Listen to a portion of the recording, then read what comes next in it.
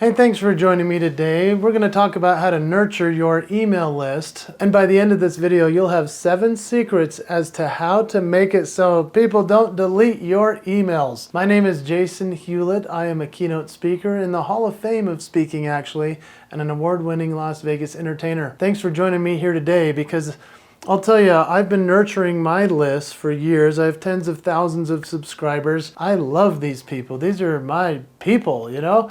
I don't want to send them anything that would make them want to delete. And so I'm going to give you those 7 secrets that will keep your people from deleting. Let's jump right in.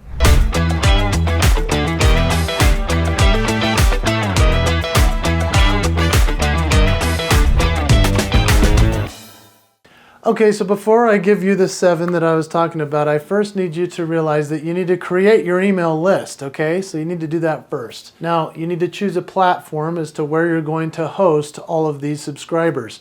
Some people just use LinkedIn at this point, and they have newsletters that they create on there, and that's fine.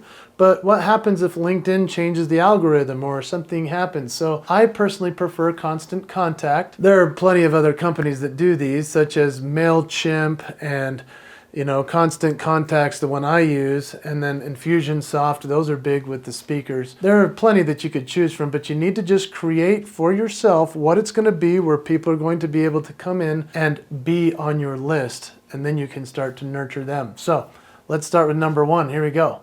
Number 1, deliver what was promised. Yeah.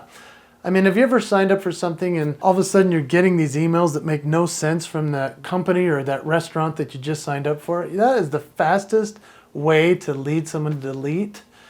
And so just keep the promise. That's all. Deliver what you promised. If you said you're not going to sell anything, then don't sell anything. If you said it's just going to be a blog of something they're going to read and enjoy, then just do that. Whatever they signed up for is what they want. That's the quickest, fastest, best thing I can tell you to do to nurture your list.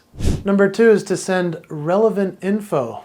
Yeah, I mean, I remember signing up for a company that I was so excited about, and I thought, this is something I really want. And then all of a sudden they started sending me these coupons. I thought, okay, I like coupons, so I tried to redeem a coupon and it was expired. But if you build the right community, if you build the right experience for these people, the next thing you know, they're going to share you with everybody else. And so when you send relevant information, people are going to become your tribe. They're going to be like, hey, you need to check out this guy's blog or this gal's videos that she's doing. Those types of things are what create something wonderful in the community, and that's how you nurture a list. Number 3 is consistency. And now that may sound really basic, but let me tell you, the inconsistent emails are the ones I click and delete the fastest. The ones that are consistent I can expect. A certain friend will send me one on a Tuesday and a business on a Thursday. There's one, for example, I have to point out because it's my absolute favorite email list I've ever subscribed to. It comes to me on a Sunday morning, every single Sunday. They have never missed, and I think I've been a part of it for almost a decade now. That's a lot of work for that company.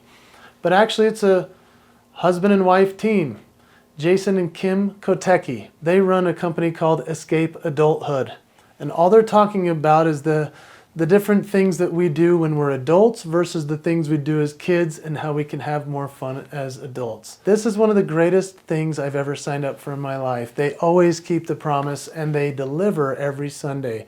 They're consistent. I read that before I go to church. That's how much I like what they're writing. It's inspiring, it's funny, it can be pensive.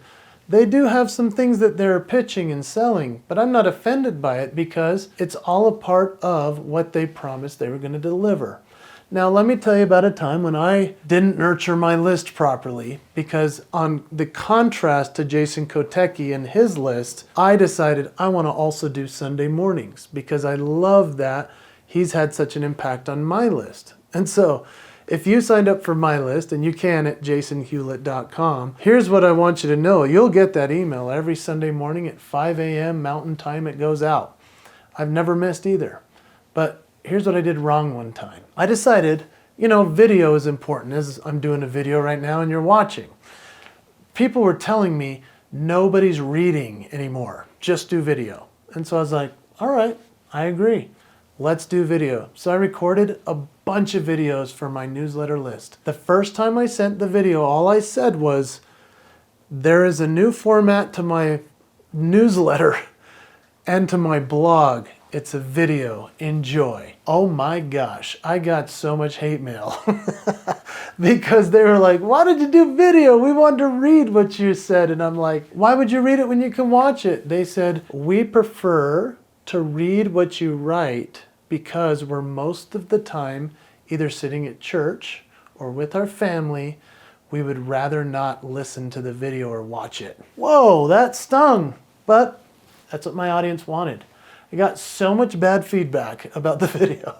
They said, at least give us a choice. And so for a while there, I would type the blog post and then I'd have a video underneath. Eventually, I bailed on the videos, to be candid, because they wanted Jason Hewlett writing to them.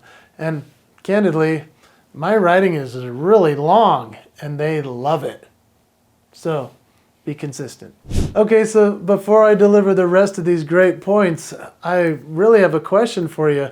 If you're willing to put in the comments, I will interact with you, but I'm just curious. If you got a newsletter, would you rather read it or watch it?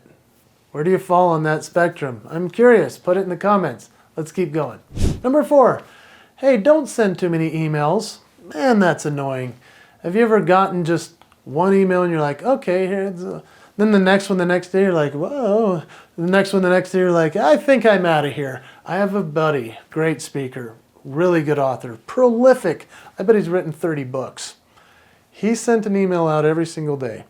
I know he looks at who's subscribing and who's not. I eventually, after a couple of years, had to just say, dude, I'm out of here, delete. I don't want an email every single day. Unless it's something that's just so extraordinary, there's only one person I receive an email from every day. His name is Seth Godin. Seth Godin is a genius. He writes a blog every day and he's been doing it since blogging started. That shows up in my inbox before anybody wakes up. I don't know how this guy's cranking out this amount of material, but it's a very short blog post usually. It's a couple thoughts to get my brain thinking. It's not a bunch of sales pitches. Seth Godin. Go check it out. I think it's sethgodin.com. You will not regret it. Number 5, I'd recommend that you change things up for big announcements, but that has to be rare. You know, like I said, my posts and my newsletter goes out every Sunday morning, but once in a blue moon, very rare, I'll send out an announcement on a Tuesday or a Wednesday and say, hey, something so special I can't not tell you outside of the normal cycle of our emails. And nobody's ever offended. I usually am launching my book. Like, that's how rare. Or I'm doing something really spectacular online that they can't miss, but it's rare. So just remember, make sure that if it's a big announcement and it's rare, to post it outside of your consistent postings. Number 6, I'd recommend that you send solutions to what the reader wants. If you'll send them solutions, they're going to love you and they're going to click on everything that you send. For example, right here, I have a microphone, if you can see my mic. This company is called Rode. They're based in Australia. I love Rode. In fact, most of the equipment I have is Rode equipment. And here's why. I bought one of their products years ago. I signed up for their newsletter on accident, because when you sign up, you accidentally click that thing. Yeah, I'll take your emails. Then I got their first email. It was so colorful. It was so well put together. It had one product that I saw in there and I went, ooh, that looks nice. They created for me a solution that I wanted. And I clicked on that product and I bought it because of the way that they formatted this whole thing. The newsletter was beautiful, but then I clicked on it and guess what happened? They took me to a website where there was a perfect description of this. It was in full, beautiful color. They had a video explaining exactly what it did with the person talking through as if I knew nothing about this type of equipment. I'm a video guy. I'm a music guy. I do presentations. This is my kind of company. I signed up for Rode on accident, but now every single product essentially that they send me, I click on it, I watch the video, and I buy it. They're solving a solution for me. And the 7th secret that I have to nurturing your email list is something that a lot of speakers and a lot of people that run a business forget. You see, responding to and acknowledging every single comment is essential. In fact, every single person that's going to send me something in terms of a comment to the blog, I'm going to reply. If you go to my blog, you'll see that I have that on there, jasonhewlett.com/blog. You will see that if I only got 2 comments, there are now 4 because I responded to both those comments. But I'm also responding to every private message. I'm creating a community. I want them to reach out to me to feel like we're friends, like I'm accessible, because I want them to feel that. They're my friends. They're keeping me in business. And so in my way of nurturing this relationship has actually led to more business than any other thing I've shared with you so far. Consistency is important. Yeah, sending them the right things and the right opportunities to book you, that's cool. But as a speaker for me, nurturing that list by being friends with them, by responding to what they've said to me, that's made all the difference in the world. I hope that you'll subscribe to this channel. Thank you so much, and I wish you the best in nurturing your email list.